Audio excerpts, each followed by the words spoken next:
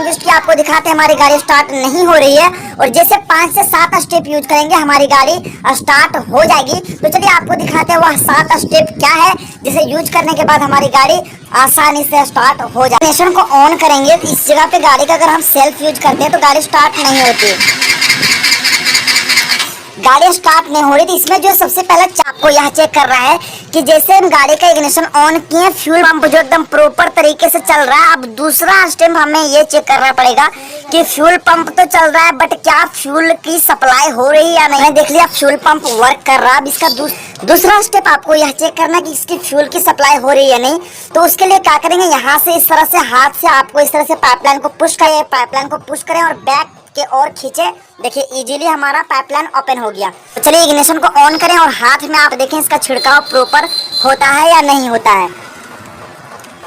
तो इग्निशन को ऑन करते हैं तो आप देख पा रहे होंगे जैसे इसके इग्निशन को ऑन किया है कि प्रॉपर तरीके से फ्यूल का छिड़काव कर रहा है, यानी दूसरे स्टेप में भी एकदम यह पास हो गई है, दूसरा स्टेप भी एकदम हमारा ओके है। अब हमें तीसरा स्टेप यह चेक करना है कि क्या इसका इंजेक्टर तो ब्लॉक नहीं हो गया है। ये BS6 की कोई सी भी बाइक आए या हम दिखाते हैं सप्लाई प्रॉपर तरीके से इंजेक्टर में है या नहीं है। तो चलिए इसको मैंने अभी ओपन कर लिया, इंजेक्टर को हम बाहर ले लेते हैं। फर्स्ट टाइम खुल रहा है, कंपनी फिटेड है, ओरिंग था इसलिए ये थोड़ा देखिए इसके अंदर काफी पतले पतले 4 होल दिए हुए हैं, और यही अगर होल आपका थोड़ा सा भी ब्लॉक हो जाता है तो फिर इस तरह से प्रॉब्लम क्रिएट करती है। तो आप 4 होल आपको अच्छी तरह से दिख रहा होगा।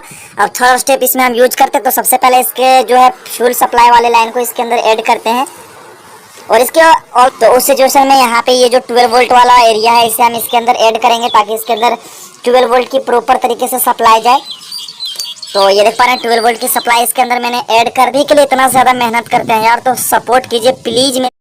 अब चलिए हम सेल्फ का उपयोग करते हैं। सिंगल हैंडेड थोड़ा सा टफ है बट आपको हम कोशिश करके दिखाते हैं। तो यहाँ पे आप देखिएगा छिड़काव होगा इसके अंदर, तो आप देख पा रहे हैं छिड़काव एकदम प्रॉपर है इंजेक्टर का, तरीके से सप्लाई दे रहा है। और इस चीज को आप जरूर चेकआउट कर लें, जब भी आप इंजेक्टर चेक करें तो यहाँ से चेक करें कि आपका सप्लाई सही है या नहीं है। अब ये 3 फ्यूल स्टेप आप चेक करनी है, पंप ओके है, फ्यूल की सप्लाई ओके है, इंजेक्टर ओके है। अब हमारा जो कंफ्यूजन जाता है वो इसके करंट रिलेटेड जाता है।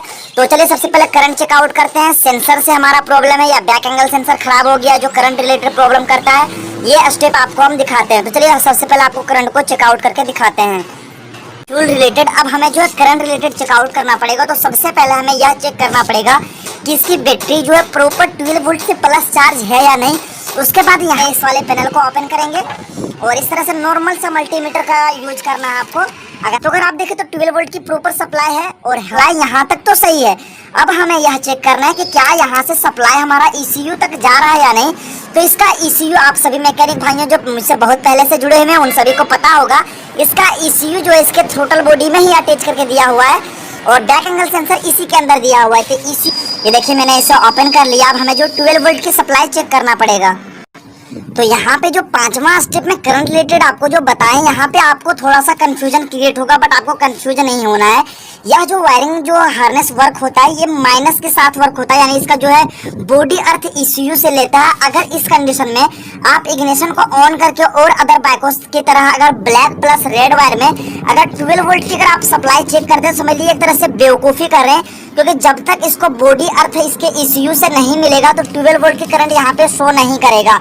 आपको अगर दिखाई दे तो बहुत ही माइनस करंट शो करेगा। देखिए माइनस शो कर रहा है, यहाँ पे देखिए माइनस बिलिंग कर रहा है। तो जब भी आपको करंट चेक करना हो इसके ECU में लगा के चेक करें। तो यहाँ से अगर आपका इस वाले बैटरी से अगर ECU तक करंट सही है, अगर इस कंडीशन में अगर हम इसको ओपन करके रखेंगे और अभी आपको हम अगर दिखाएं इसका सेल्फ का उपयोग करके तो हमारी गाड़ी सेल्फ भी नहीं लेगी। ये देखिए कुछ काम नहीं करेगा क्योंकि इसका ECU से कंप्लीट कनेक्टिविटी है और सिर्फ यहाँ पे रिले लगा हुआ कंप्लीट इसका जो रिले से कनेक्टिविटी यहाँ पे है, क्योंकि मैंने ऑलरेडी इसके वायरिंग रिलेटेड बता दिया है।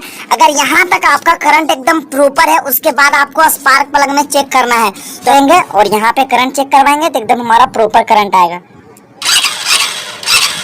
तो इसकी बैटरी डिस्चार्ज बता रही, तो चलिए इसको किक यूज करके देखते हैं। तो किक का उपयोग करके करंट चेक कराते हैं। तो देख पा रहे हैं करंट हमारा एकदम प्रॉपर तरीके से आ जा रहा है। तो आप चलिए गाड़ी को आपको स्टार्ट करके दिखा देते हैं। और ये जो था कुछ खास था प्रॉब्लम जो ज्यादातर क्रिएट होता है, बाकी स्टार्ट ना होने के और भी बहुत सारे रीजन है, जैसे टाइमिंग का आउट हो जाना, टाइफिट का ज्यादा टाइट हो जाना, वाल्व का लीकेज हो जाना, एयर फिल्टर ब्लॉक हो जाना, थ्रोटल बॉडी का क्लीन प्रॉपर तरीके से ना होना, और इसके इंजेक्टर का जिस तरह से आपको बताएं, ये सारे खास रीजन होते हैं इसका गाड़ी जो हमारे स्टार्ट ना होने का। तो इसके साथ साथ आप अगर टाइफिट वगैरह भी चेक कर लेंगे तो आपको आसानी होगी, या फिर इसके फ्यूल का प्रॉपर सही क्लीनिंग ना होना, यानी फ्यूल में मिश्रण हो जाता है पानी वगैरह का, बहुत सारे ऐसे रीजन होते हैं। बट ज्यादा जो रीजन होता है, इस स्टेप को अगर आप यूज कीजिएगा तो इन फ्यूचर कभी भी आपको प्रॉब्लम क्रिएट नहीं होगा। दोस्तों उम्मीद करते हैं आपको वीडियो अच्छी लगी। वीडियो को लाइक कर दीजिए, शेयर कर दीजिए, और मेरे चैनल को जरूर से जरूर सब्सक्राइब करके बेल आइकन को प्रेस कर दीजिए। अब चलिए इस स्टेप को आपको यूज करके दिखा ही दिए। चलिए आपको गाड़ी को स्टार्ट करके भी दिखा देते हैं ताकि आपको कंफ्यूजन क्लियर हो जाए। और मेन इसका जो ECU माइनस नहीं ले पा रहा था, सिर्फ ECU के माइनस को दे दिए हैं। अब हमारी गाड़ी स्टार्ट हो जाएगी इजीली। तो चलिए स्टार्ट करते हैं, गाड़ी को स्टार्ट करते हैं। तो हमारी गाड़ी देख पा रहे हैं एकदम इजीली स्टार्ट है। इस स्टेप को यूज करके प्रॉब्लम का 100% सोल्यूशन आप निकाल सकते हैं। चलिए फिर मिलेंगे नेक्स्ट वीडियो में कोई अच्छे से टॉपिक लेकर। तब तक के लिए थैंक्स फॉर वॉचिंग।